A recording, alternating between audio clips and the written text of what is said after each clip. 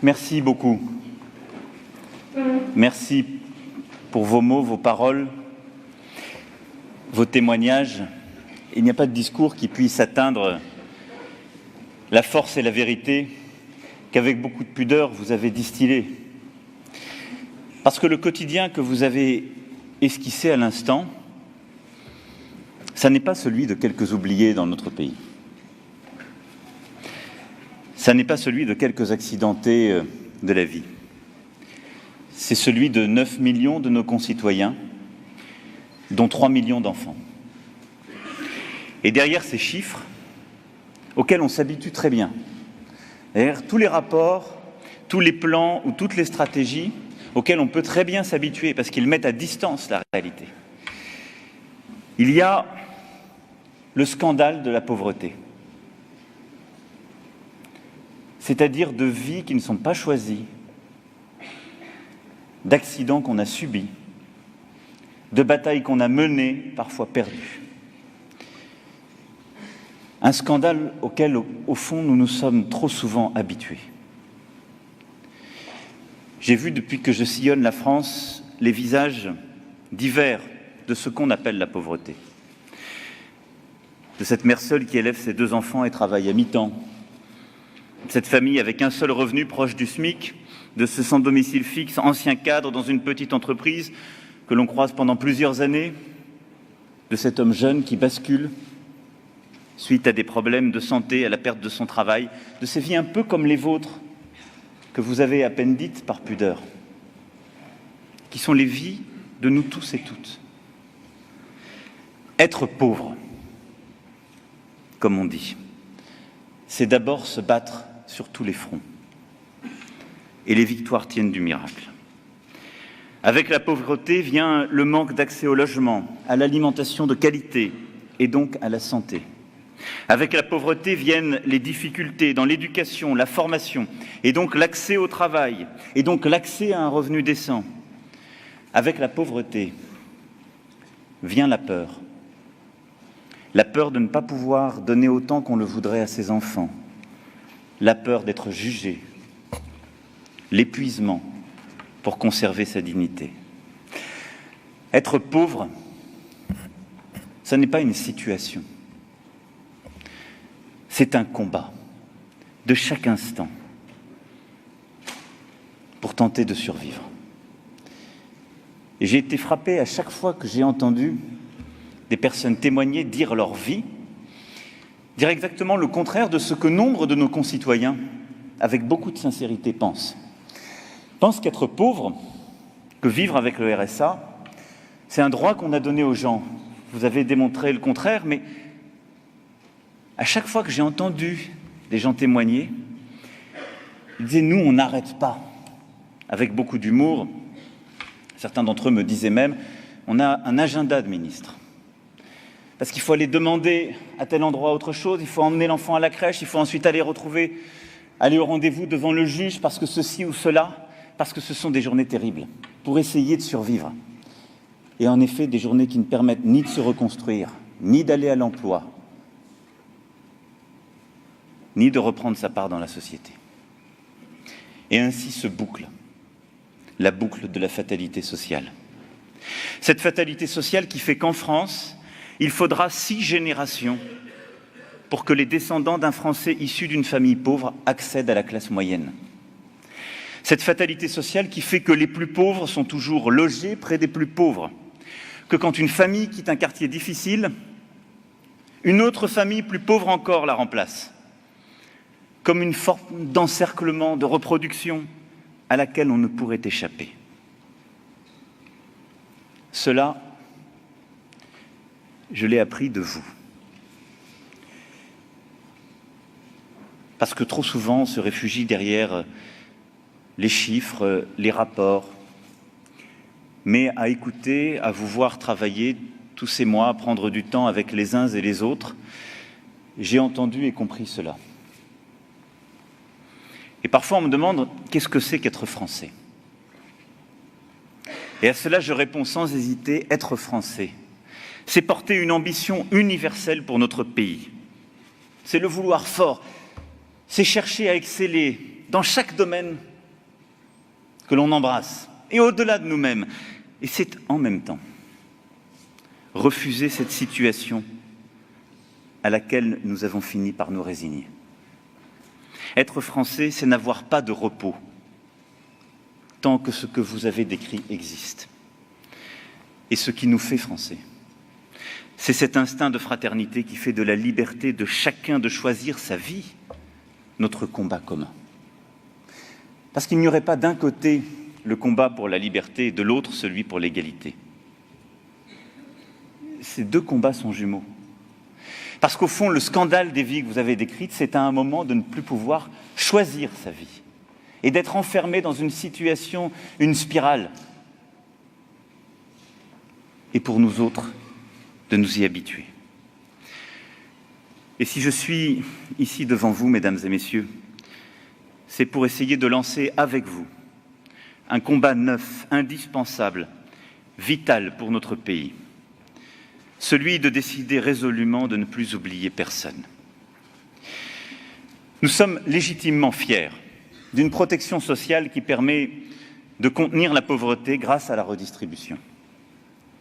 Et ce modèle français, qui a été bâti à travers les décennies, qui est le fruit d'une prise de conscience forte à la fin du XIXe siècle, hérité de la philosophie des Lumières, puis d'une construction ambitieuse, unique, au sortir de la Deuxième Guerre mondiale, ce modèle français, néanmoins, qui a été ensuite enrichi par toutes celles et ceux qui se sont engagés avec force. Et vous en avez rappelé à l'instant quelques grands noms que je salue ici. Et nombre de mouvements qui sont présents dans cette salle, d'associations, de mouvements philosophiques, d'action sociale, d'engagés, de travailleurs sociaux, de chercheurs, de scientifiques. Ce sont celles et ceux qui ont construit cette fierté française. Mais néanmoins, nous n'avons pas collectivement réussi à enrayer un déterminisme social et territorial, une assignation à résidence que j'ai plusieurs fois dénoncée. Notre modèle, malgré tout, s'il corrige un peu, s'il permet de mieux vivre, et mieux que dans de nombreux autres pays, ne permet pas suffisamment de prévenir la pauvreté, ne permet pas suffisamment d'éradiquer la pauvreté. Il ne s'agit pas là de dire, parce que j'entends toujours les commentaires, c'est un formidable tournant social. Je crois à l'unité de la politique qui est conduite par le gouvernement. Et je crois, au fond, à trois projets qui sont indissociables. Le projet productif, celui de créer de l'activité, de développer des emplois. Parce que s'il n'y a pas d'emploi, il n'y a aucune chance de régler le problème de la pauvreté. Parce que s'il n'y a pas de production, il n'y a aucune chance de faire de la redistribution. Ou alors elle se fait aux dépens des quelques-uns qui produisent et qui finiront par partir, ou aux dépens des générations à venir, qui auront encore moins de choix. Et donc, il y a au cœur de ce dont nous parlons un projet productif qui permet seul l'émancipation de chacun. Et ce que vous avez parfaitement démontré à l'instant. Il y a un projet éducatif sur lequel nous nous battons depuis 15 mois, qui seul permet à chaque enfant de la République de construire son autonomie, et ensuite à chaque adulte de retrouver sa place dans les accidents de la vie, et j'y reviendrai. Et il y a un projet solidariste et humaniste qui fait que chacune et chacun doit considérer qu'une part de notre place dans la société est aussi un peu d'aider l'autre, de l'aider à retrouver sa place, de conjurer ce sort, de construire la cohésion d'une nation, d'œuvrer à cette résistance civique. Et ce lieu est là pour en dire toute la symbolique, sans laquelle une nation n'est pas une nation. En pensant davantage prévention que traitement des conséquences, en dépassant un système trop complexe qui repose sur le versement de prestations multiples, en travaillant à l'accompagnement de chacun. Au fond, ce qu'il nous faut faire avec la pauvreté, la grande pauvreté, c'est la même ambition, la même détermination qu'avec tous les autres problèmes de la société et avec les défis économiques qui sont les nôtres. Avoir le même pragmatisme, le même engagement, la même ambition. Mais considérer que nous avons peut-être pendant trop de temps décider de corriger les conséquences dont nous chérissions nous-mêmes les causes. Sortir d'une société qui s'est habituée au statut, aux séparations, à ces assignations, et dépenser de l'argent pour essayer d'en corriger les imperfections à la marge, mais considérer que ces 3 projets sont indissociables et qu'on n'en réussit pas un sans les autres. Ce combat, c'est un combat de justice, de dignité, de responsabilité. N'oublier personne, c'est dire en quelque sorte, comme diraient certains, aux premiers de cordée, n'oubliez pas les derniers de cordée. Et je crois beaucoup, moi, à cette métaphore, pour celles et ceux qui aiment la montagne. Un premier de cordée, il a une corde et il est rattaché à d'autres. Et c'est à dessein que j'ai employé cette formule. Il y a toujours des gens pour ouvrir une voie, il y a des gens plus véloces, il y a des gens qui ont plus de chance, il y a tout un tas de raisons. Mais il en faut. Et tirer sur la corde pour qu'il monte moins vite n'aidera pas ceux qui restent en bas. C'est faux. Et c'est ce qu'on fait depuis des années parfois. Et tirons la corde du premier, qu'il n'aille pas galoper dans les hauteurs de la montagne, des fois qu'il aille voir le col et passer derrière. Ça n'aide en rien ceux qui restent en bas de la montagne. Mais que celui qui monte se souvient qu'il a une corde. Et cette corde, elle sert à quoi? À l'assurer. Il n'y a personne qui est premier de cordée si le reste de la société ne suit pas. Ceux qui ont pensé à un moment qu'on pouvait réussir à quelques-uns dans une société, sur des territoires, ils ont eu à vivre à un moment la protestation de leur propre peuple. Regardez de l'autre côté de la Manche ce que dit le Brexit. Il dit simplement qu'une part du pays s'est dit « ce projet-là n'est plus pour moi, j'y ai plus ma place, ces gens-là ne me veulent pas, ils ont oublié qu'il y avait une corde, ils sont partis de l'autre côté de la montagne, ils m'ont laissé seul. » Cette cordée, c'est la cohésion d'un pays, c'est nous. Et donc, j'attends de chacune et chacun pour réussir cela. Et ce combat, ce à quoi vous avez travaillé, et ce pourquoi je veux vous remercier, ça n'est pas l'affaire de quelques-uns, ça n'est pas l'affaire de celles et ceux qui resteraient d'un côté de la corde. Ça n'est pas non plus un plan et une stratégie du seul gouvernement ou d'une seule ministre, Madame la ministre, quel que soit votre engagement, et je vous remercie de celui-là. C'est la mobilisation de la nation tout entière qui peut seule réussir. Vous avez, gouvernement, élus, ensemble des collectivités territoriales, associations, travailleurs sociaux, chercheurs, pendant des mois, avec toutes celles et ceux qui ont accepté d'y participer et qui ont vécu ou vivent dans la pauvreté, construit ce projet. Et c'est ici l'engagement de la nation entière que je suis venu manifester. Ça n'est pas une stratégie plaquée d'en haut. C'est une mobilisation de tous, de toutes, de la nation, qui seule peut réussir. Avant toute chose, refuser la fatalité sociale, c'est lutter contre ce déterminisme qui, dès l'enfance, décide des trajectoires de vie, détruit très tôt les talents, les ambitions, les rêves d'une part considérable de nos concitoyens. C'est ça, pour moi, le premier combat de cette mobilisation. Parce que quand on est pauvre, c'est qu'on n'a pas choisi. Quand on est dans la pauvreté, c'est le déterminisme de tous les déterminismes.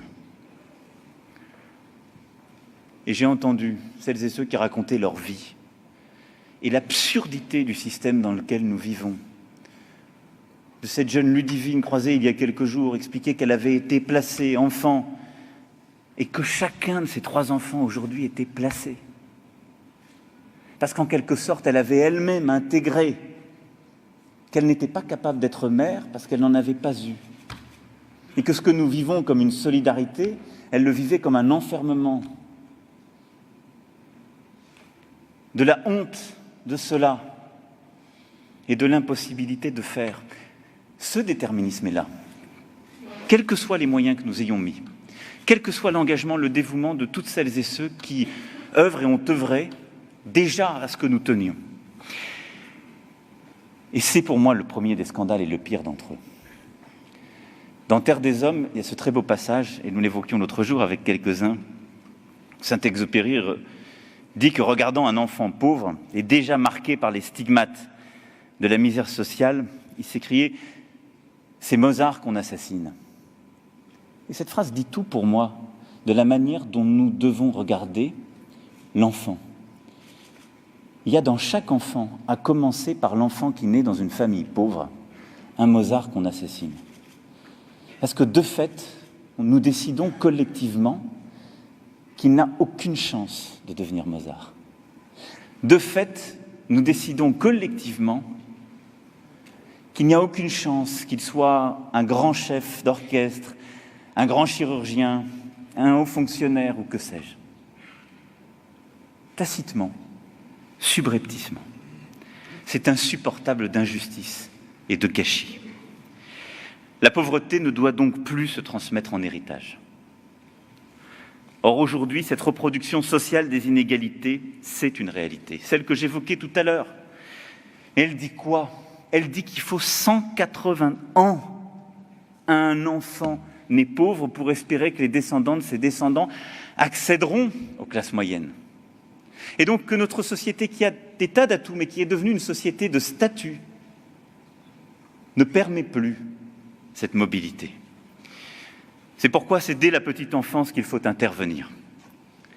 Nous ne traiterons pas la pauvreté si nous ne comprenons pas qu'elle frappe dès le plus jeune âge, que ses conséquences affectent d'emblée le parcours de vie de ceux qui sont frappés. Et en cette semaine consacrée au combat contre l'illettrisme, je veux rappeler ici qu'un enfant de 4 ans, lorsqu'il naît dans une famille défavorisée, maîtrise déjà 2 fois moins de mots qu'un enfant issu d'une famille de classe aisée. Il y a eu là beaucoup d'avancées ces dernières années en matière de recherche qui ont montré que le cœur des inégalités se structure dans les premières années de la vie. Le cœur. Et donc, pour moi, le cœur du combat, il est dans cette politique de prévention. C'est déjà trop tard lorsqu'on se dit il faut aider massivement celui qui a 25, 30 ans ou 40 ans a eu un accident de la vie. J'y reviendrai tout à l'heure, c'est indispensable, dans la philosophie d'ailleurs, que vous avez parfaitement décrite avec vos mots et votre exemple. Mais la première bataille, c'est d'empêcher l'enfant d'y tomber, de tout faire pour qu'il n'y tombe pas. C'est cette philosophie qui nous a conduits à dédoubler les classes de CP et CE1 dans les écoles des quartiers les plus pauvres. C'est le cœur même de cette politique de lutte contre la pauvreté. Le cœur même, c'est permettre aux enfants de 6 et 7 ans, qui ont tous ces écarts de langage, d'apprentissage, d'être dans une situation où l'enseignant pourra prendre plus de temps avec eux, rattraper les choses, corriger et éviter que nous ayons un enfant sur 5 en CM2 qui ne sache pas bien où lire, ou écrire, ou compter, ou se comporter. Mais cet un enfant sur 5, c'est toujours cette statistique lointaine, mais qui ne dit pas que c'est 60 ou 170% dans les quartiers où la pauvreté s'est concentrée. Cette première réforme commence à voir ses résultats, et nous la poursuivrons. Et par tâche d'huile, nous l'élargirons dès que nous pourrons au-delà de ces zones d'éducation prioritaire. C'est ce qui m'a conduit à annoncer il y a quelques mois, et qui sera une réalité à partir de la rentrée prochaine, de rendre l'instruction obligatoire dès 3 ans et de permettre d'élargir ainsi la maternelle. Certains disaient « mais c'est le cas pour presque tous les enfants de France ». C'est pas vrai. D'abord, comme c'est pas obligatoire, on les met souvent que le matin. Et l'après-midi, quand la maman, voire les 2 parents ne travaillent pas, on les reprend. Et donc ce ne sont que quelques heures. Mais les quelques pourcents dans notre société, les quelques dizaines de milliers d'enfants qui n'allaient pas, eux, à l'école maternelle des 3 ans, ils ne venaient pas, sauf rares exceptions, des milieux les plus riches, mais du cœur de la pauvreté. Cela, si nous voulons leur redonner leur chance, il faut, dès 3 ans, les mettre dans l'école maternelle, permettre justement non seulement cette socialisation, mais l'apprentissage, le suivi, les rudiments du langage, du calcul et de tout ce qui va avec. Mais j'ai bien conscience que nous devons aller plus loin encore. Je vous ai lu, cher Boris Cyrulnik, et j'ai lu quelques autres de vos collègues. Et c'est l'engagement que nous avons pris avec le ministre, avec les ministres. Car la bataille qu'il nous faut conduire aujourd'hui, c'est celle d'une réforme en profondeur des modes de garde. Les gardes d'enfants de 0 à 3 ans sont ce moment, ce lieu essentiel de l'apprentissage de la vie, de cet éveil cognitif, de ce qui permettra à l'enfant d'avoir plus de chance, à l'adolescent de mieux s'orienter et à l'adulte de s'en sortir et de déjouer cette fatalité que j'évoquais tout à l'heure. Les lieux de garde doivent devenir ces endroits accessibles à tous, quel que soit son revenu ou son adresse, où le langage, le développement, l'empathie, la confiance en soi se construisent avec des effets durables sur toute la vie. Regardons les exemples offerts par quelques pays nordiques et scandinaves en la matière. La Finlande, par exemple, où j'étais il y a quelques semaines, est un exemple extraordinaire à ce titre. Elle a massivement investi dans la petite enfance.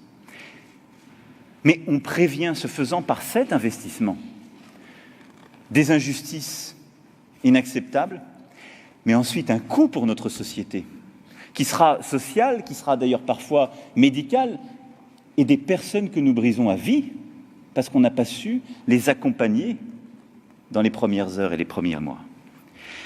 La qualité des modes de garde doit être massivement améliorée, et la mise en œuvre sur le terrain de cette réforme d'ampleur devra être précisément évaluée tout au long. Les 600 000 professionnels de la petite enfance seront encore mieux accompagnés, leur formation sera complétée, parfois revue, en ce sens dès 2019, afin que l'apprentissage du langage, de l'empathie, de la confiance en soi irrigue désormais tous les modes de garde. C'est déjà le cas dans certaines crèches, de Grenoble à Lille, en passant par Le Havre, où des programmes axés sur l'apprentissage du langage et de la confiance en soi ont été déployés. Et je salue là l'engagement des CCAS, des éducateurs et de nombreux chercheurs. Nous poursuivrons cette logique d'expérimentation innovante grâce à un fonds d'innovation sociale de 100 millions d'euros qui permettra, en plus de la formation généralisée des professionnels de la petite enfance, de la refonte du CAP petite enfance et du diplôme d'éducateur de jeunes enfants, de diffuser sur tout le territoire de nouvelles méthodes d'apprentissage dans les lieux de garde. C'est à la fois un investissement pour créer, pour aider à en développer davantage, mais aussi pour faire mieux, pour permettre de former les éducateurs et les formateurs, parce que ça ne s'improvise pas. Et pas simplement pour former à des compétences techniques, mais aussi à des compétences cognitives, comportementales, qui sont essentielles. C'est bien là un investissement social, et c'est de cet investissement social dont il faut partir. Et c'est tout le système qu'il nous faut à partir de là repenser, en concentrant les efforts là où les besoins sont les plus urgents. C'est aussi la raison pour laquelle il faut que les modes de garde soient accessibles à tous et sur tout le territoire. Alors qu'aujourd'hui, seuls 5% des enfants des quartiers défavorisés sont gardés en crèche, contre 22% des enfants de classe aisée. C'est la réalité du pays aujourd'hui. Et cette réalité est due à quoi ? À ce que vous décriviez, Monsieur le Président, aux inégalités territoriales, au fait qu'une commune qui concentre la pauvreté a souvent beaucoup moins de moyens d'ouvrir les solutions de garde sur son territoire. Mais c'est aussi lié au fait que les personnes qui vivent dans cette situation vont beaucoup moins facilement à la crèche que les autres. Parce qu'on ne leur a pas expliqué forcément, parce qu'elles ont peur, peur d'être jugées, peur qu'on leur retire leur enfant aussi, si elles le mettent à la crèche. Et cela aussi, nous devons collectivement le travailler, le démystifier, casser ces frontières invisibles qui construisent ces assignations et ces injustices. Et ce ne sont pas que des mesures claquées d'en haut, de l'argent ou des annonces.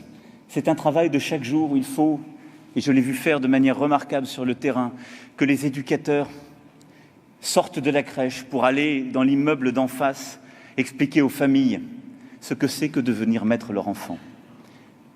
Les rassurer, construire cette confiance sans laquelle il n'y aura pas de solution possible. Et c'est cela aussi ce que nous devons encourager, accompagner et valoriser. Nous allons donc aider les communes les plus pauvres à construire ces crèches en limitant ce qu'elles doivent payer à 10% du coût de construction de ces structures pour que les habitants de ces communes aient autant de possibilités que les autres de faire garder leurs enfants. Les maires ou les pères qui élèvent seuls leurs enfants sont encore plus durement frappés. Plus d'un tiers de ces parents seuls sont en situation de pauvreté. Il faut donc les aider encore davantage. Nous passerons ainsi de 40 à 300 crèches à vocation d'insertion professionnelle d'ici à 2020, parce que ce sont ces crèches qui, tout particulièrement, permettent de faire garder son enfant pendant une formation, une recherche d'emploi, et permettent le parcours que vous avez parfaitement décrit à l'instant, madame. Les aides de garde d'enfants seront, à partir de 2019, versées immédiatement, sans avance de frais. Parce que penser qu'on aide en demandant de commencer à dépenser, c'est mettre une barrière supplémentaire qui est souvent infranchissable pour celles et ceux qui vivent dans ces situations. Et un nouveau parcours pour les parents sera mis en place dès le 4e mois de grossesse. Les PMI seront au cœur de la mise en place de cette réforme et seront profondément transformés afin de mieux répondre aux problèmes rencontrés par les familles monoparentales, notamment en développant les aides aux démarches, les offres de répit parental qui permettent aux parents de récupérer et au final de mieux gérer la vie quotidienne avec des enfants. Et il faut, dès le 4e mois, expliquer aux mères, aux futures mères, à celles et ceux qui partagent leur vie, ce que sera avoir un enfant. Expliquer les règles fondamentales d'une bonne alimentation dont nous savons aujourd'hui, là aussi parfaitement, que si elle n'est pas bien assurée dans les premiers mois, les chances d'un développement normal et donc d'une réussite ensuite scolaire, éducative et tout au long de la vie ne sont pas les mêmes. Et donc cette transformation de la PMI, c'est celle aussi que nous allons faire, c'est celle de l'accompagnement de la mère, parce que vous l'avez dit très joliment, personne ne naît mère ou père, on l'apprend. Il faut beaucoup d'humilité pour dire ce que vous avez dit, madame, et beaucoup de sagesse. Mais il nous faut aussi, nous, en tirer toutes les conséquences et considérer qu'on n'a peut-être pas suffisamment accompagné les futures mères assez tôt pour permettre à celles-ci et à leurs enfants d'avoir les mêmes chances de réussir. Prévenir la pauvreté, c'est aussi mieux protéger et garantir les droits fondamentaux des enfants. Ces droits fondamentaux, ils sont indivisibles, inaliénables. C'est l'éducation, bien sûr, et j'en ai parlé, mais aussi la santé, le logement, l'alimentation. Notre approche à l'égard de l'enfance doit être sans conteste globale. Comment penser que des enfants qui parfois vivent dans des logements surpeuplés, ont des problèmes de vue non corrigés, ne peuvent déjeuner parce que la cantine coûte trop cher, puissent s'en sortir aussi bien que les autres? Et ce que vous avez très bien décrit pour les adultes au travail vaut encore davantage pour les enfants. Dans la droite ligne du plan Logement d'abord, annoncé il y a plusieurs mois, nous poursuivrons ainsi. Dès que la loi dite Élan sera promulguée, notre politique de résorption des bidonvilles, qui sont peuplés de 30% d'enfants. Nous continuerons de rénover les logements insalubres dans le cadre du plan Initiative Copropriété.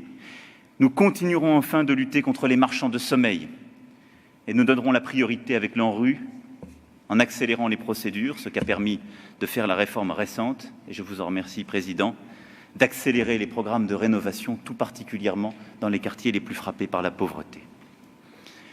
En plus de cela, nous développerons et adapterons dès le 1er janvier 2019 les solutions d'hébergement de famille à hauteur de 7 500 places sur le quinquennat pour construire un dispositif permettant à la fois d'héberger et de soutenir les familles dans l'éducation de leurs enfants et de les accompagner dans le logement durable. À côté du logement, l'alimentation est un droit fondamental des enfants qui peine trop souvent, là aussi, à être garanti. Je veux donc permettre à tous les enfants de pouvoir prendre un déjeuner équilibré dans les bonnes conditions. L'accès à la cantine sera rendu plus universel en développant les repas à 1 € pour les personnes les plus pauvres. De nombreux maires ont déjà pris des initiatives fortes en la matière, que je salue.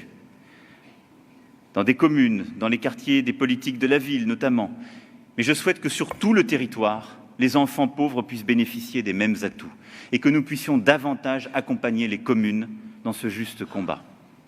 Aussi, une incitation financière sera mise en place en direction des communes les plus pauvres et n'ayant pas développé de tarification sociale dans les cantines, afin qu'elles aussi permettent à leurs enfants d'accéder à un déjeuner.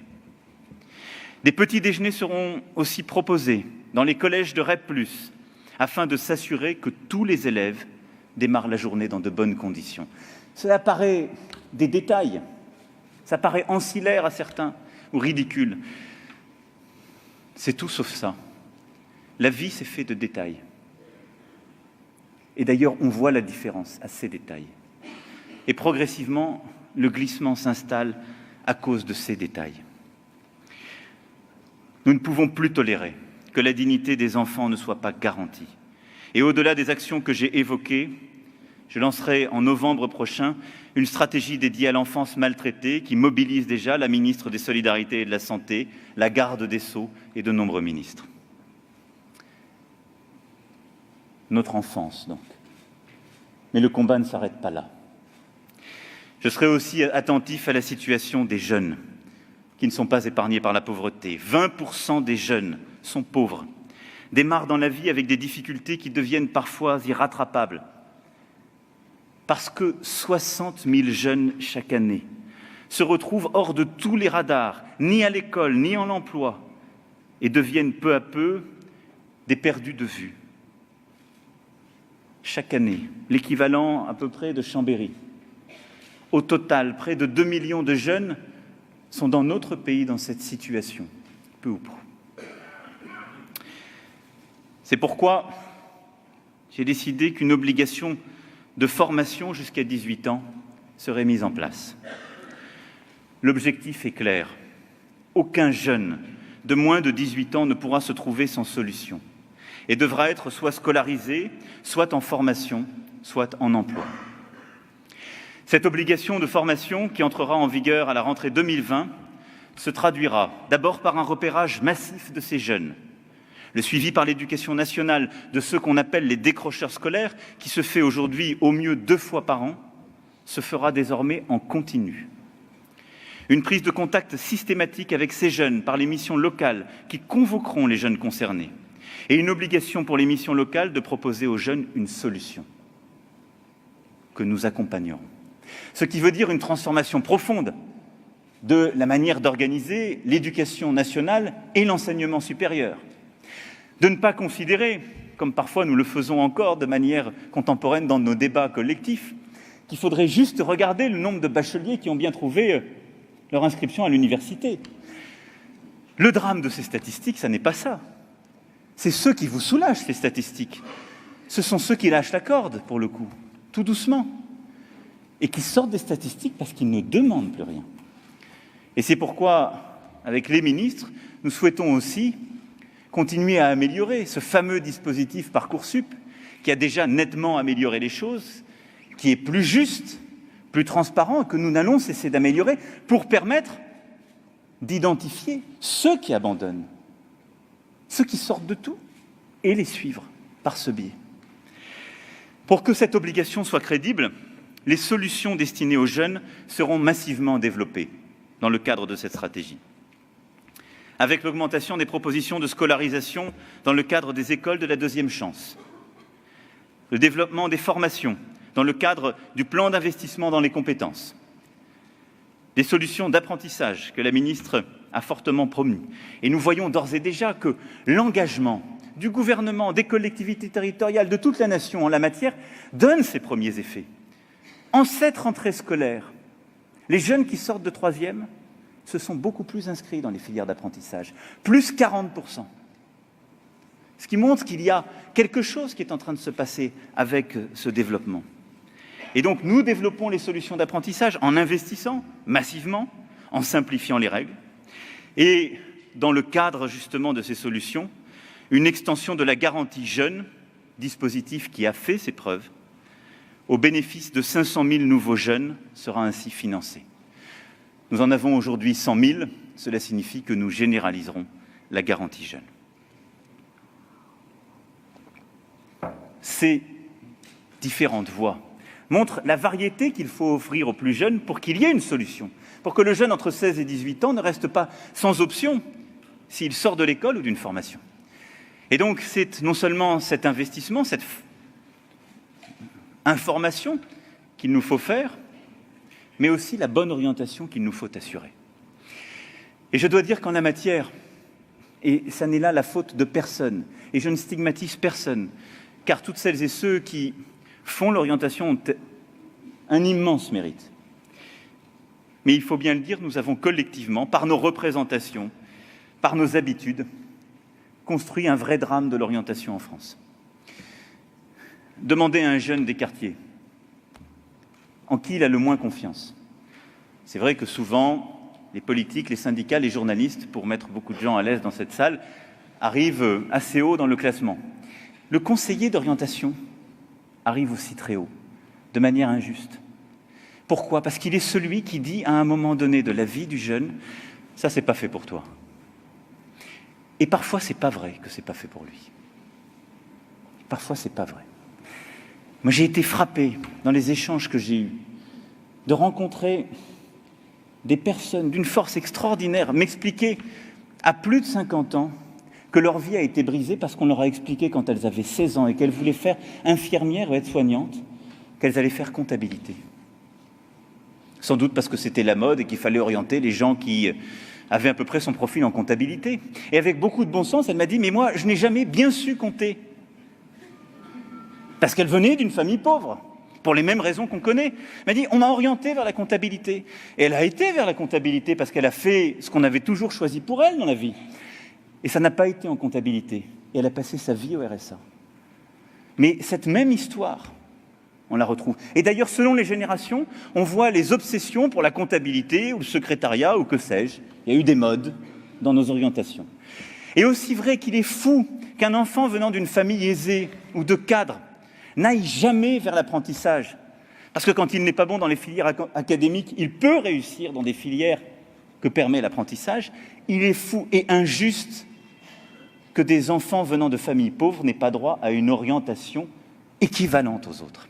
Et donc sur ce sujet, nous investirons là aussi massivement. D'abord en déconstruisant les représentations collectives, comme je suis en train de le faire, en valorisant beaucoup plus certaines filières, mais également en investissant dans la formation de celles et ceux qui sont en charge de l'orientation. Et en remettant l'orientation au cœur de l'école, comme nous avons décidé de le faire, dès la fin du collège.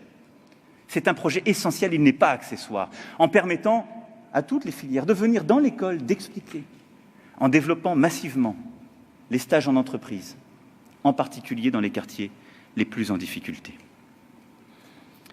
C'est aussi en sécurisant l'entrée dans la vie des jeunes les plus vulnérables, comme ceux de la protection de l'enfance, que nous parviendrons à mieux prévenir la pauvreté. Je sais sur ce sujet le remarquable engagement des départements. Et de manière concertée avec ces derniers, nous allons créer l'obligation, avec l'aide sociale à l'enfance, de trouver une solution de logement, de formation, d'emploi aux jeunes dont elle a la charge. Le cas échéant, elle devra obligatoirement prendre en charge les jeunes concernés jusqu'à leurs 21 ans et non pas jusqu'à leurs 18 ans. Le gouvernement contractualisera financièrement avec les départements pour qu'ils préparent mieux la sortie de ces jeunes et puissent être aidés à le faire.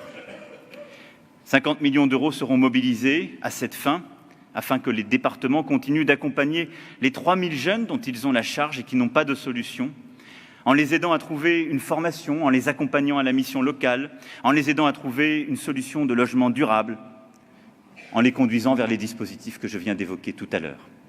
Ça semble être une toute petite partie du problème, mais c'est à chaque fois sur cette toute petite partie du problème qu'il nous faut encore redoubler d'efforts.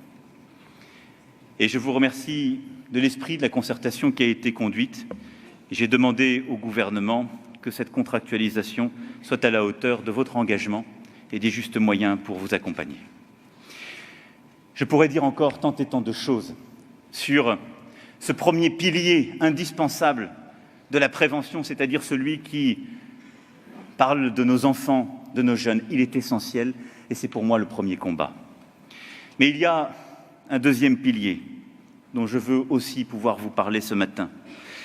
Car si nous voulons que la pauvreté ne soit plus une impasse définitive, nous devons aussi permettre à tous de retrouver le chemin du travail, de l'activité, de saisir une nouvelle chance, de pleinement retrouver leur dignité dans la société et la nation. Parce que le travail procure un salaire, un revenu bien sûr, parce qu'il ouvre la porte à une vie sociale plus dense, plus riche, parce qu'il donne une fierté, une place dans la société et qu'il permet l'émancipation et la mobilité sociale. Le cœur de la politique que je souhaite voir conduire, c'est de s'assurer que chacun peut retrouver sa dignité dans notre nation, en retrouvant son rôle, sa place, sa part d'activité. Et tout le monde n'a pas sa part d'activité en allant forcément vers un contrat à durée indéterminée dans un secteur d'activité. Tout le monde ne le peut pas, n'est pas fait pour cela. Ça ne veut pas dire que celles et ceux qui n'ont pas cette possibilité n'ont pas le droit d'avoir leur place dans la société. Et ils ne demandent pas l'assistanat. Vous l'avez, avec beaucoup de force, dit.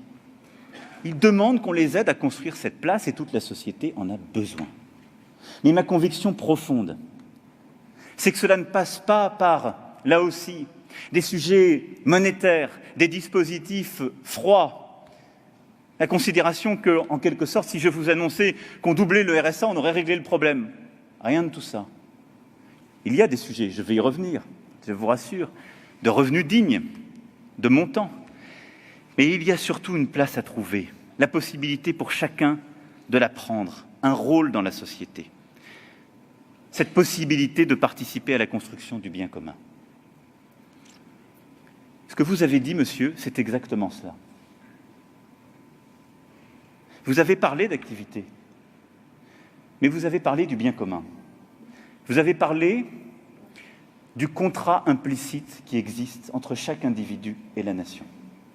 Ce contrat implicite, c'est que la nation, et c'est dans notre Constitution, lui doit ses droits fondamentaux. Et c'est que cet individu doit quelque chose à la nation, qui est cette participation au bien commun. C'est ce que vous avez décidé de faire. Il y a 1000 voix. On ne doit pas expliquer qu'il n'y en a qu'une. Et c'est cela, ce à quoi je veux que nous parvenions. Lorsque le revenu minimum d'insertion a été mis en place par Michel Rocard, inspiré par le père Brzezinski et plusieurs autres, il avait deux objectifs: lutter contre la pauvreté et permettre l'insertion. La crise économique et le chômage de masse ont frappé durement notre pays et nous avons un peu oublié, ou nous avons relâché l'effort sur l'insertion. Mais en faisant cela, en oubliant d'accompagner toutes les personnes vers l'emploi, en oubliant trop souvent de leur montrer le chemin vers la sortie de la pauvreté, nous avons aussi collectivement récolté ce que nous avons semé.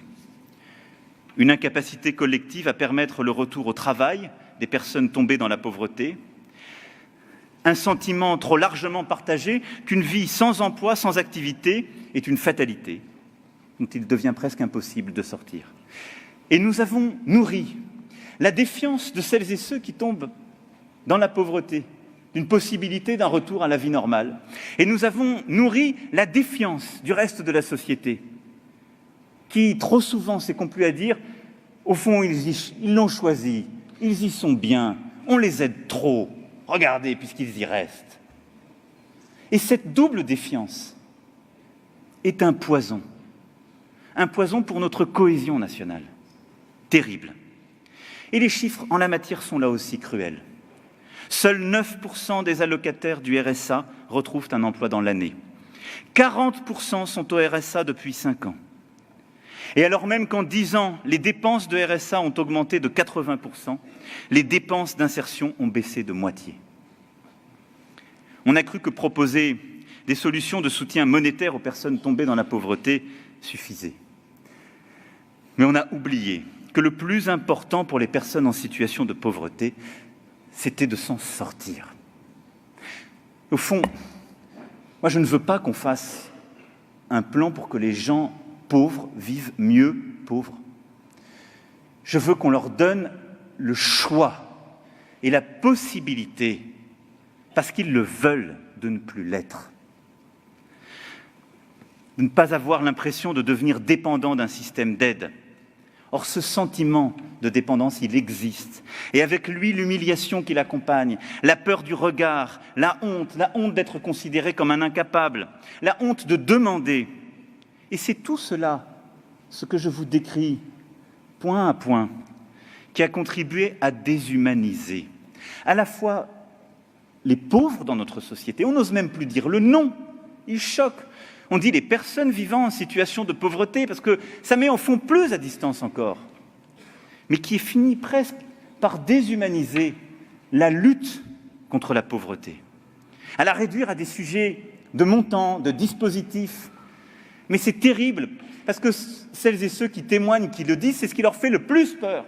Ces dispositifs, ils sont inintelligibles. Et à chaque fois, on finit collectivement par leur mettre des acronymes. C'est la pire des choses. J'ai rencontré, dans ces dernières semaines, un travailleur social formidable, qui avait, lui, fait des formations successives et qui m'a expliqué ce que j'ai moi-même vécu ces derniers mois et appris. C'est qu'on apprend des personnes pauvres. Et c'est elles qui ont la réponse. Ce que je vous dis, c'est ce qu'elles nous ont dit. C'est ce qu'elles m'ont fait comprendre. Moi, je ne le comprenais pas il y a 15 mois, ce que je vous dis là. Et il m'a dit, quand j'étais travailleur social au début, il y avait une technique très bien éprouvée. Quand on était en fin de journée et que le dernier rendez-vous était pénible, on expliquait tous les dispositifs. Comme il y en a beaucoup, c'est incompréhensible.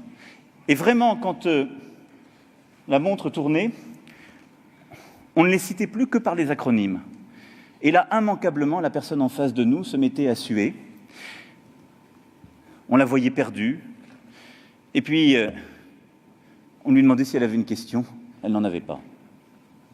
Ce qu'il disait, lui qui y a consacré sa vie, était de l'humour. Mais un humour qui dit ce que, collectivement, nous avons fait. Un système trop complexe, devenu impersonnel, déshumanisé, et qui ne répond plus au cœur de l'objectif qui doit être le nôtre. Alors, des initiatives formidables, mais finalement récentes, encore insuffisamment déployées, sont là et qui disent tout le contraire. Territoire zéro chômeur de longue durée, qui a permis de renouer avec l'esprit de 1988, en remettant l'insertion, l'accompagnement vers l'emploi au cœur de notre système de minima sociaux.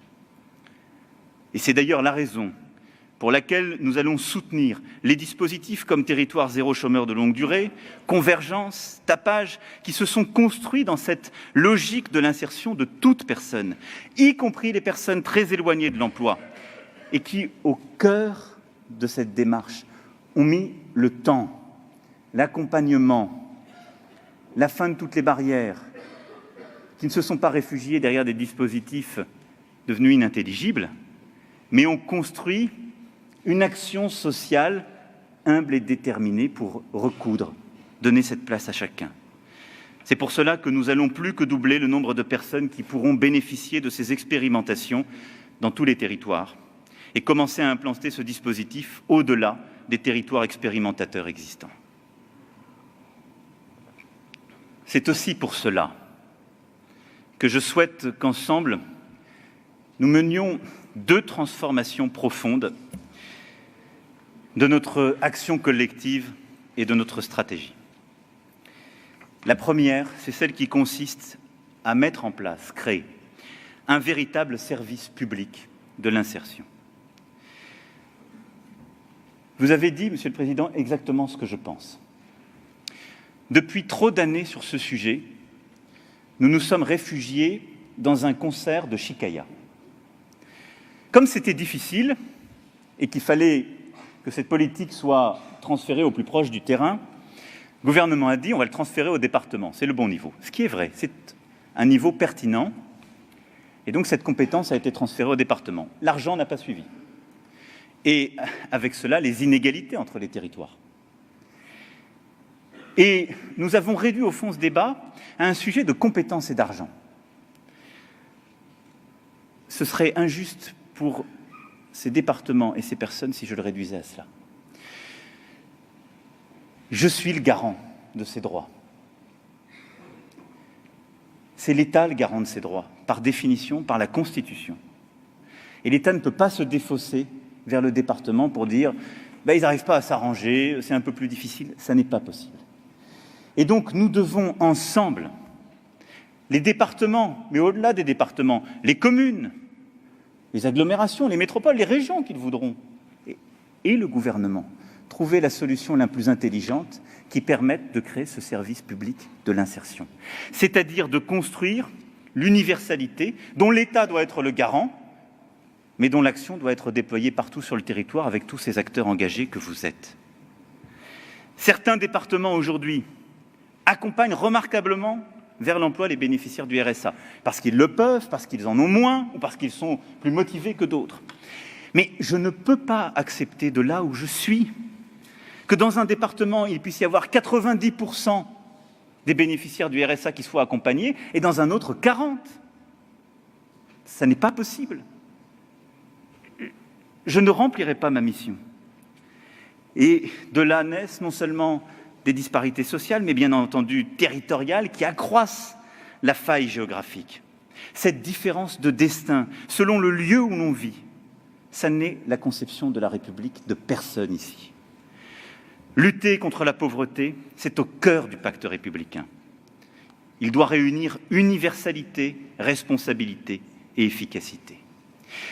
C'est pourquoi je veux que l'État se réinvestisse sur ce sujet de la solidarité et de l'accès à l'emploi de ceux qui sont le plus éloignés. C'est une question de justice comme d'efficacité. L'État doit donc être le garant sur tous les territoires de la même ambition, de la même exigence, de la même efficacité pour accompagner. Remettre chacun sur le chemin de l'emploi. Pourquoi d'ailleurs l'État serait-il partie prenante pour les demandeurs d'emploi via Pôle emploi et ne le serait pas pour les publics les plus éloignés? Où est la cohérence? C'est presque une aberration. Où est l'efficacité quand on travaille encore trop souvent de manière cloisonnée, limitant les passerelles avec des dispositifs stigmatisants pour nos concitoyens? Les dispositifs pour les handicapés d'un côté, ceux pour les allocataires du RSA de l'autre, ceux pour les chômeurs. C'est un tout, cette politique d'insertion et d'accompagnement. Il nous faut donc construire ce qui est un vrai service public, au sens propre du terme, qui n'appartient pas qu'au gouvernement et qui n'est pas la responsabilité que du gouvernement, mais qui sera un même guichet simple pour l'ensemble de celles et ceux qui veulent trouver une place par le travail et l'activité dans la société. Et ce guichet unique, comme on dit souvent, doit associer pleinement les départements, les communes, les régions, le gouvernement, avec un bon système de gouvernance qu'il nous faut inventer, mais en pensant d'abord à celui ou celle qui est dans cette situation. Et nous œuvrerons ainsi à créer des passerelles entre ces politiques qui sont bonnes et plus efficaces. Et nous œuvrerons ainsi à déstigmatiser. Quand celui ou celle qui est au RSA ne le demande pas, c'est parce qu'il a honte d'aller le demander. C'est aussi parce que le lieu où on va le demander n'est pas le même que celui où on va s'orienter pour le chômage. Ce sont des tâches très différentes pour les professionnels qui accompagnent. Mais on le sait bien, il y a des personnes qui n'arriveront pas à retrouver une place par le travail, mais qui peut-être peuvent avoir un peu d'activité, peuvent être accompagnées, et elles ont besoin de plus de temps. Et il y en a d'autres qui sont très loin de l'emploi, mais en y passant du temps, pour 2 ou 3 ans, ou pour plus longtemps, nous pouvons leur redonner une place dans l'activité. Et il y en a d'autres qui sont aux minima sociaux, au chômage de longue durée. Elles ont besoin qu'on les forme, qu'on investisse dans leurs compétences, ce qui est au cœur du programme du gouvernement, et d'autres ont simplement besoin qu'on leur présente une offre d'emploi qui correspond à leurs compétences. À chaque fois, c'est permettre à une personne de retrouver une activité. Il faut pouvoir le faire dans un lieu qui assurera un continuum. Au cœur de ce service public de l'insertion, de l'emploi, de l'activité, mais en actant que l'accompagnement, la part de soins qu'on doit mettre est à chaque fois différente selon la vulnérabilité de chacun et la situation dans laquelle il se trouve. Mais je suis profondément convaincu qu'on doit cesser de mettre chacun dans une case, chacun son guichet, chacun sa file. Pourquoi? C'est profondément injuste. Et donc ce service public que nous allons ensemble créer, ce service public de l'insertion, c'est pour moi la clé, la seule manière de garantir l'universalité de ces droits et de permettre d'être plus efficace au concret, sur le terrain.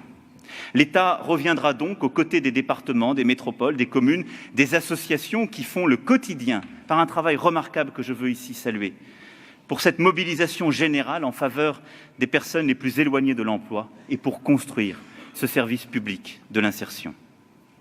Ce réinvestissement de l'État se fera avec l'ensemble des collectivités territoriales et l'ensemble des associations.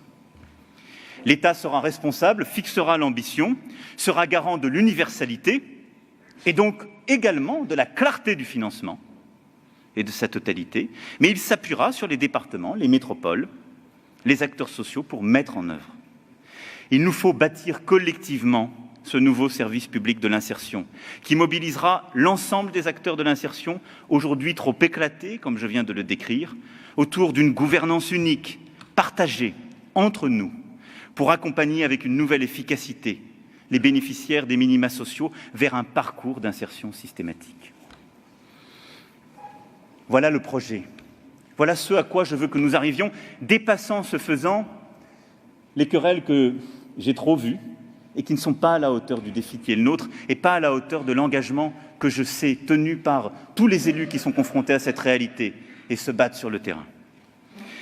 J'ai demandé au gouvernement d'y travailler dès à présent, en lien avec les collectivités, les associations, les acteurs économiques et sociaux, et de proposer une organisation partagée pour le premier trimestre 2019. Celle-ci trouvera sa place dans une loi qui sera votée en 2020. En matière de solidarité, d'accompagnement des plus fragiles vers l'insertion, de travail, de dignité, l'État doit donc reprendre toute sa place. Pour autant, nous ne pouvons pas continuer ainsi dans l'attente de la mise en œuvre de ce changement d'ampleur. Nous ne pouvons pas continuer avec seulement un bénéficiaire du RSA sur 2 qui est aujourd'hui accompagné et suivi régulièrement. Nous devons, dès à présent, traduire cette mobilisation générale en faveur de l'insertion. C'est pourquoi j'ai demandé au gouvernement d'engager dès le 1er janvier 2019 une nouvelle contractualisation avec les départements sur la base des propositions faites par Mathieu Klein et Claire Pitola dans leur rapport, c'est-à-dire en aidant financièrement les départements qui s'inscriront pleinement dans une démarche d'insertion, mais aussi en sanctionnant financièrement les départements qui n'auront pas investi cette politique.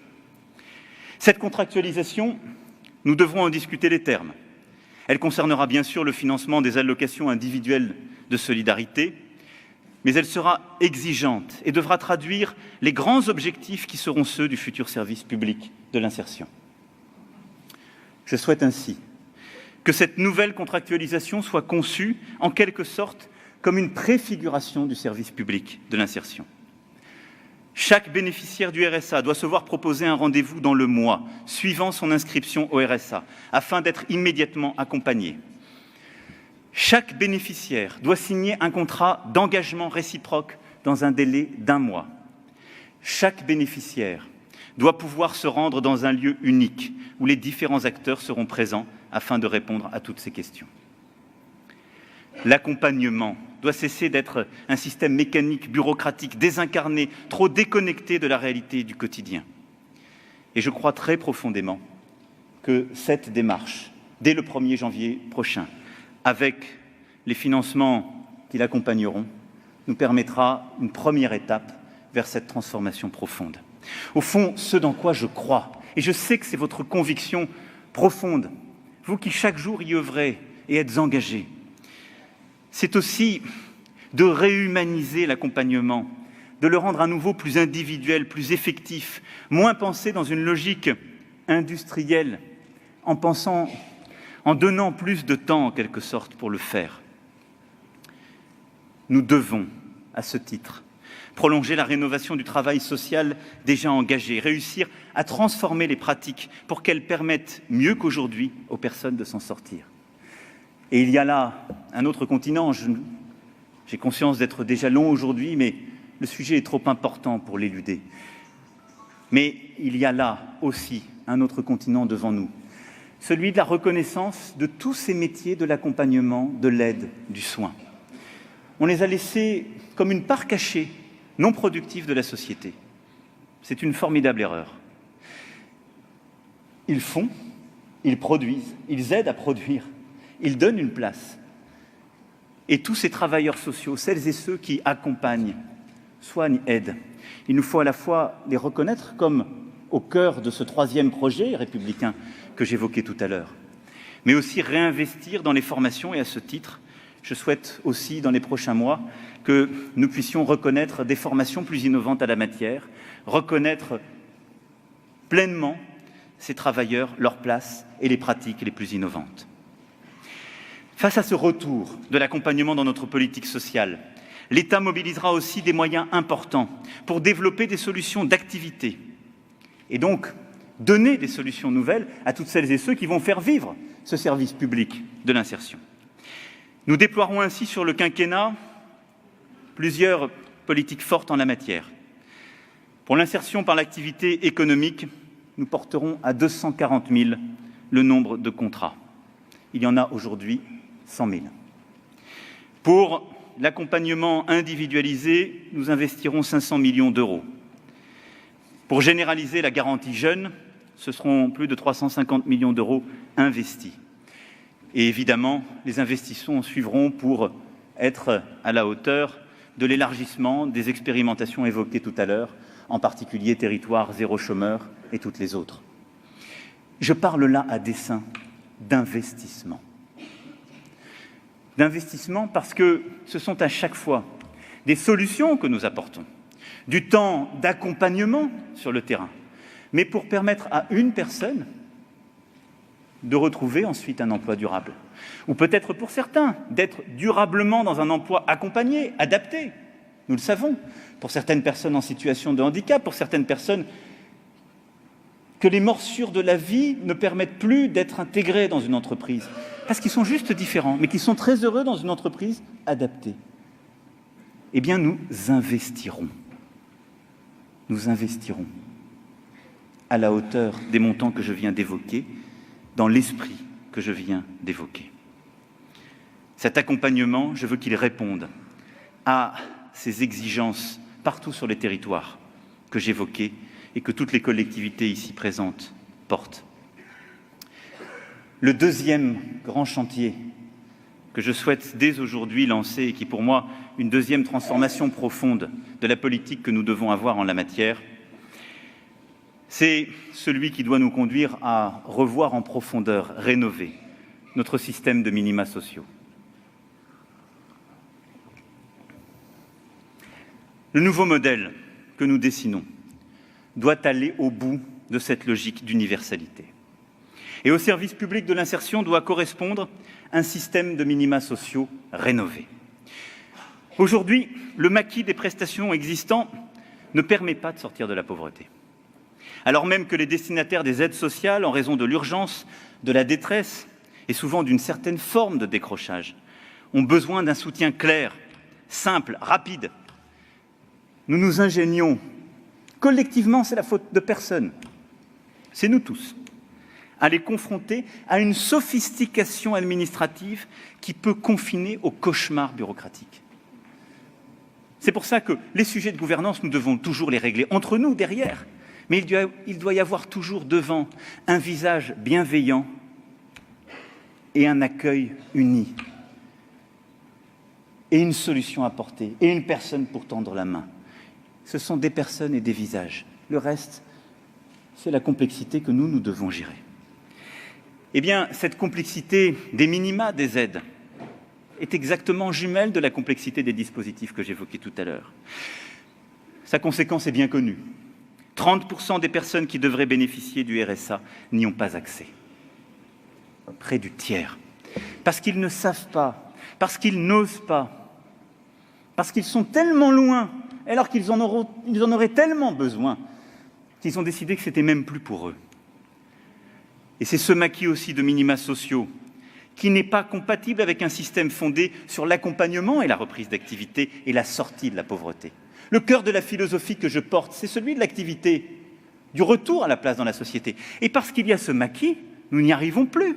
Parce que trop souvent, l'empilement des aides aux finalités variées, du RSA, la prime d'activité, en passant par les APL et toutes les aides que nous connaissons, aux formules complexes, finit par générer des erreurs, de la confusion, et finalement faire que l'on ne sait plus très bien si l'on gagne, et combien, à reprendre un travail. Et on aboutit à des situations absurdes, voire choquantes, où il peut être financièrement préférable de ne pas reprendre un travail, ou de ne pas augmenter le temps de travail, car reprendre l'activité pleine entraînerait au mieux un maintien du revenu, au pire une perte.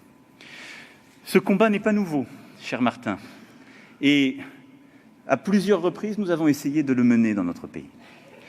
Et lui aussi, il nourrit les désillusions, les découragements et la division sociale.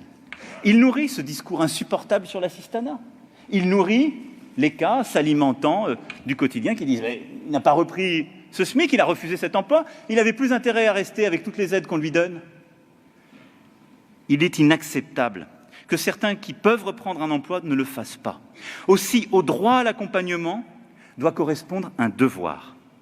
Et il doit y avoir aussi une sanction si tel n'est pas le cas. Aujourd'hui, 1% des bénéficiaires du RSA sont effectivement sanctionnés pour n'avoir pas respecté leurs engagements. Et les deux sont jumeaux.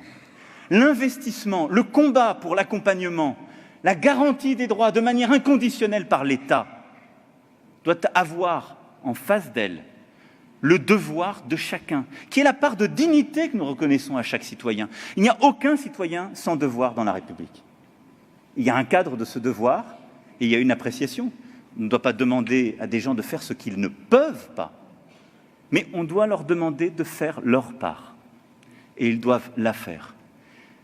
Et c'est leur dignité de la faire. Et c'est leur volonté profonde de la faire. Et les aider à faire cette part est la meilleure politique d'insertion. Ce maquis que je décris, opaque, érode profondément la confiance dans le système et nourrit tout à la fois l'opacité et la défiance. C'est le discours lancinant sur les profiteurs, les assistés qui rongent le pays, instillent le venin. Julien Damon et Christine Cloarec ont bien illustré ces sujets en parlant de juste prestation. Nous ne pouvons pas nous satisfaire, là aussi, de cette situation. Alors, depuis 15 mois, des choses ont déjà été décidées conformément aux engagements que j'avais pris à l'égard des Français pour permettre de vivre plus dignement, de mieux vivre pour certains. La hausse exceptionnelle de l'allocation adulte handicapé, qui atteindra 900 € au 1er novembre 2019, après une hausse de 40 € au 1er novembre 2018 et une hausse de 40 € donc à venir l'année prochaine. La hausse également du minimum vieillesse, avec 30 € déjà entrés en vigueur en avril dernier, 35 en 2019, 35 en 2020, soit une hausse de 100 € à la fin du quinquennat. Les chèques énergie, le chèque eau, la prime d'activité pour les travailleurs les plus modestes. Mais tout ça sont des mesures que j'égrène, que le gouvernement a annoncées, que les parlementaires ont portées, mais qui vient à améliorer notre dispositif existant, à considérer qu'il faut, sur ces revenus de solidarité absolue, être au rendez-vous et rendre la prestation plus juste, permettre de vivre dignement. Mais ça ne résout pas le cœur du problème que j'évoquais à l'instant. Nous devons aller plus loin et changer d'échelle. C'est pourquoi je souhaite que nous créions, là aussi, par une loi en 2020, sur la base d'un travail collectif, un revenu universel d'activité, qui fusionne le plus grand nombre possible de prestations et dont l'État sera entièrement responsable. Il faut prendre le temps de l'analyse, de la concertation. Parfois, des erreurs ont été faites sur ces belles idées. Je regarde de l'autre côté de la Manche, la fusion de beaucoup de prestations a conduit à réduire les droits de certains et, au fond, à créer de nouveaux problèmes. Et il nous faut analyser très directement, très méthodiquement, ce qui a fait échouer certains autres, parfois ce qui nous a fait échouer lorsque nous voulions faire cela. Mais en prenant ce temps, en associant toutes les parties prenantes, en associant celles et ceux qui ont vécu pauvres ou vivent pauvres, je souhaite que nous puissions construire ce revenu universel d'activité. Je vous demande une faveur, ne l'appelez pas RUA. Je vais vous dire pourquoi. Parce que quand on touche un salaire, on n'a pas d'acronyme pour dire ce qu'on touche. On touche un revenu, donc les gens toucheront des revenus. Et parce que les acronymes enferment les gens dans des cases. Le RMI est devenu quelque chose de plus ambivalent quand c'est devenu un sigle. Parce que, disons, moi je touche le RMI ou le RSA aujourd'hui.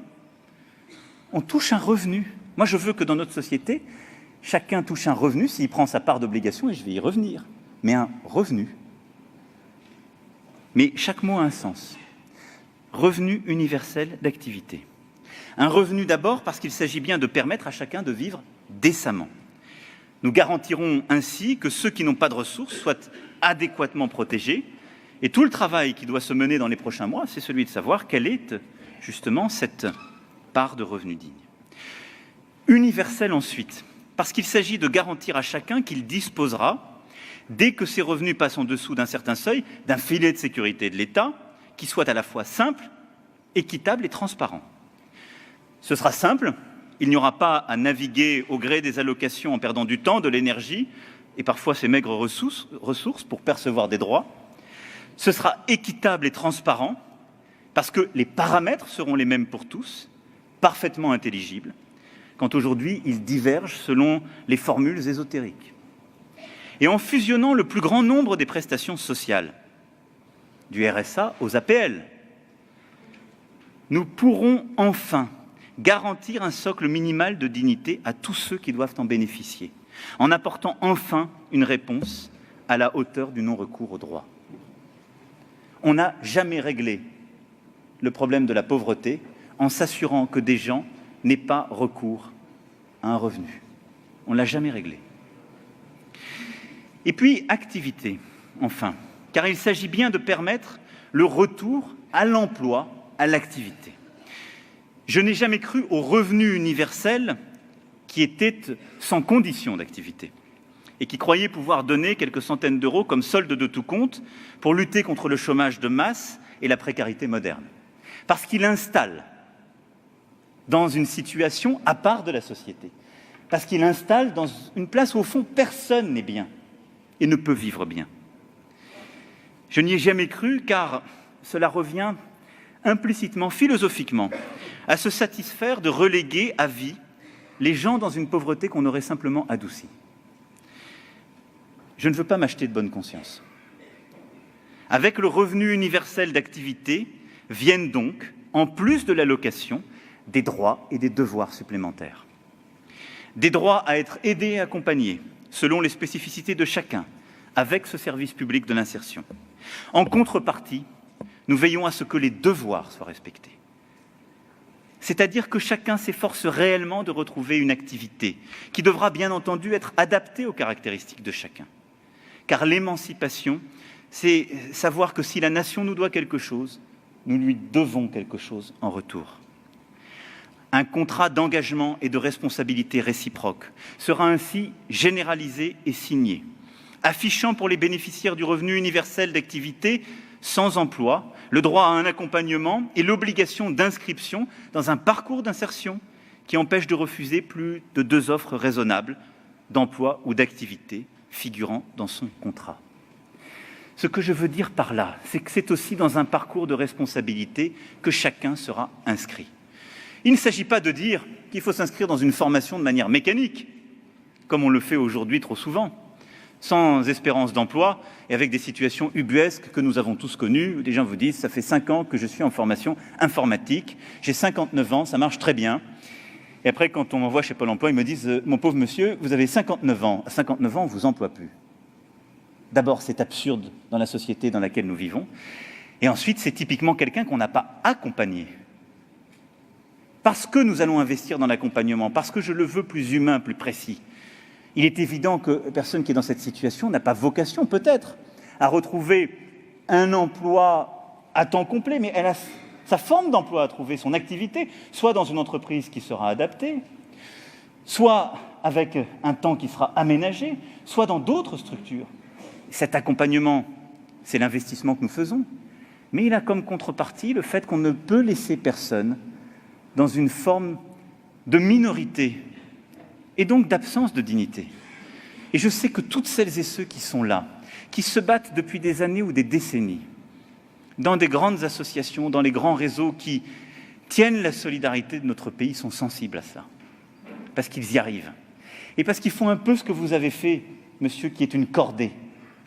C'est que même celui dont on pense qu'il n'aura jamais une place dans l'emploi productif, il a quelque chose à apprendre aux autres. Et il a sans doute une place dans le travail social, dans l'accompagnement. et dans un emploi, une activité qui est à reconnaître et à rémunérer. Le revenu universel d'activité sera donc bien le pendant du service public de l'insertion. Universel et garant d'un traitement égal de tous, sur tout le territoire d'une part, conçu afin que la pauvreté ne soit pas au pire qu'un état transitoire et que le retour à l'activité soit le plus rapide possible d'autre part, grâce à un accompagnement des personnes véritablement mises en place. Comme le service public de l'insertion, le revenu universel d'activité devra être conçu de façon concertée avec tous les acteurs concernés. Les collectivités, les associations, les personnes en situation de pauvreté, les travailleurs sociaux. Et je demande au gouvernement de conduire cette vaste concertation, Madame la Ministre, afin que nous puissions présenter également le revenu universel d'activité dans le projet de loi en 2020. Et que, si des territoires, des structures sont déjà candidates, nous puissions expérimenter des premières formes pour aussi pouvoir les évaluer.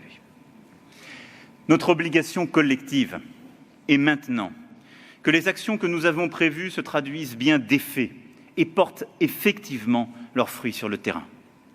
Ce n'est qu'à cette aune que nous pourrons engager la transformation de notre modèle social que je souhaite porter. Et je veux, là aussi, je conclurai sur ce point, une méthode d'évaluation rigoureuse, collective, qui associe à la fois des experts, des scientifiques, des académiques, mais également les personnes pauvres. Nous avons besoin de leur regard, de leur réaction, non pas par acquis de conscience, mais parce que c'est la condition même de l'efficacité de notre politique. S'assurer que nous répondons bien à des situations qui ne sont pas des cases administratives cochées, mais des réalités humaines du quotidien. Et je souhaite donc que soit mis en place, dès à présent, un dispositif de suivi et d'évaluation large, ouvert et transparent, qui permettra de suivre l'élaboration de ces deux grands chantiers, mais surtout la mise en œuvre de toutes les autres mesures concrètes annoncées et présentées dans le plan et de la philosophie que je viens d'exposer aujourd'hui. C'est aussi pour cela que je réunirai tous les 6 mois l'ensemble des acteurs pour assurer un suivi resserré de la mise en œuvre de cette nouvelle politique, parce que c'est l'engagement de toute la nation. Vous l'aurez compris, mesdames et messieurs, ce plan de prévention et de lutte contre la pauvreté, ce n'est pas un plan de charité. Ce n'est pas un plan charité car il ne s'agit pas de permettre de vivre un tout petit peu mieux dans la pauvreté. Il s'agit de sortir de la pauvreté. Ce n'est pas un plan charité car il ne s'agit pas de s'adresser à une partie de la population en lui consacrant des moyens supplémentaires, en expliquant que les autres n'ont qu'à travailler ou autres et nourrir les divisions. C'est au cœur du projet que je forme pour notre nation, le projet productif, le projet éducatif, le projet solidariste et humaniste. Et ce triptyque, c'est tout simplement la sève du projet républicain. Tout ce dont je vous parle depuis tout à l'heure, c'est simplement une chose, c'est la racine même de ce qu'est la République. Rien d'autre. Rien d'autre. Et c'est un élément central de cet État-providence du XXIe siècle que nous devons refonder.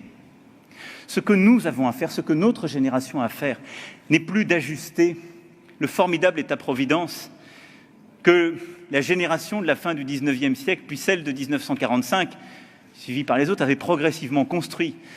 C'est de refonder un État-providence contemporain qui réponde aux risques nouveaux, aux instabilités de la société, mais qui garantisse à chacun ses droits, cette place, cette émancipation, cette dignité dont je parle tout à l'heure. C'est pour cela que profondément, je pense que ce combat justifie la mobilisation de toutes les forces de la nation, avec une conviction simple sur laquelle je conclurai et que je voulais vous dire.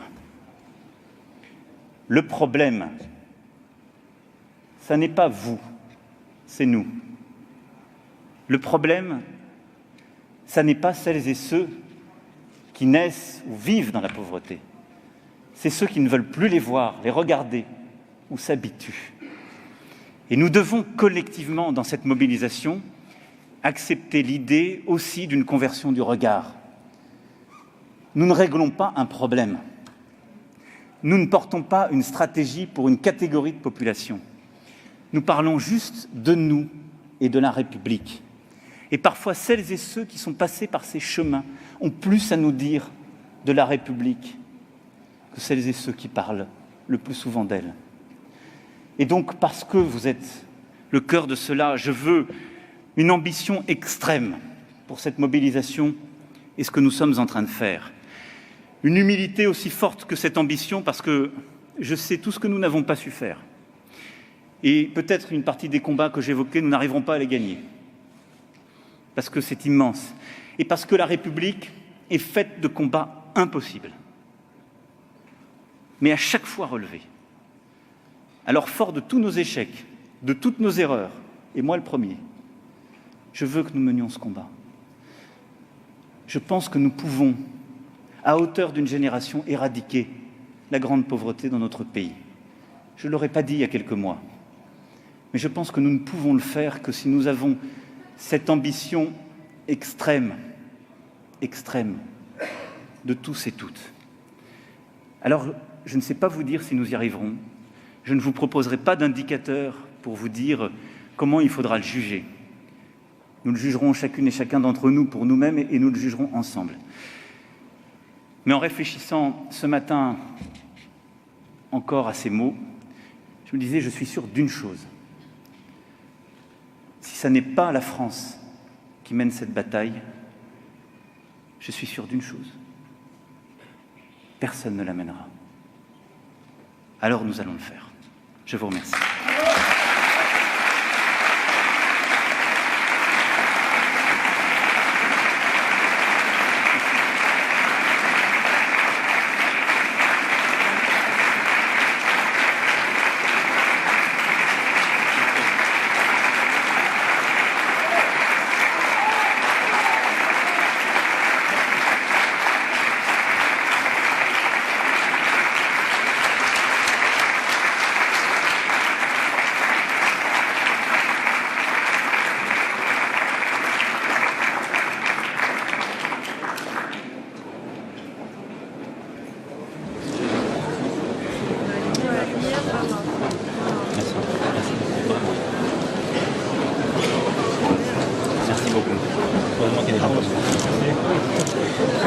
Merci à vous, madame. Non, bravo à vous. C'est beaucoup plus dur de faire ce que vous avez fait que ce que j'ai fait. Vous avez parlé de vous. Mais vous avez tout compris. Parce que je vous ai écouté. Ces derniers mois, vous avez tout compris. Oui, parce que moi, je vous ai écouté, mais il faut le courage de le dire. Ça tire. C'est pour ça que merci vraiment. Merci. Pardon de vous avoir cité. Non, il n'y a pas de mal. Bien sûr.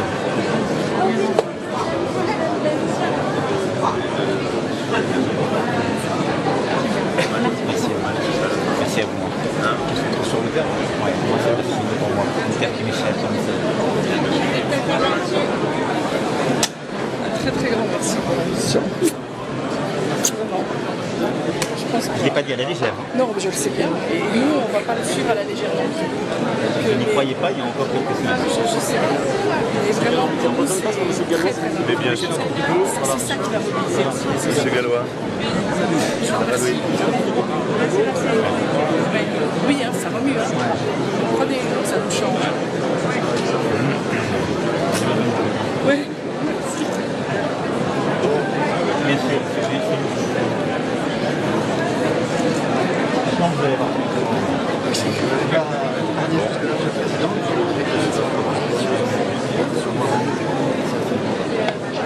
Non, il a dit, on l'a rencontré. C'était déjà actif.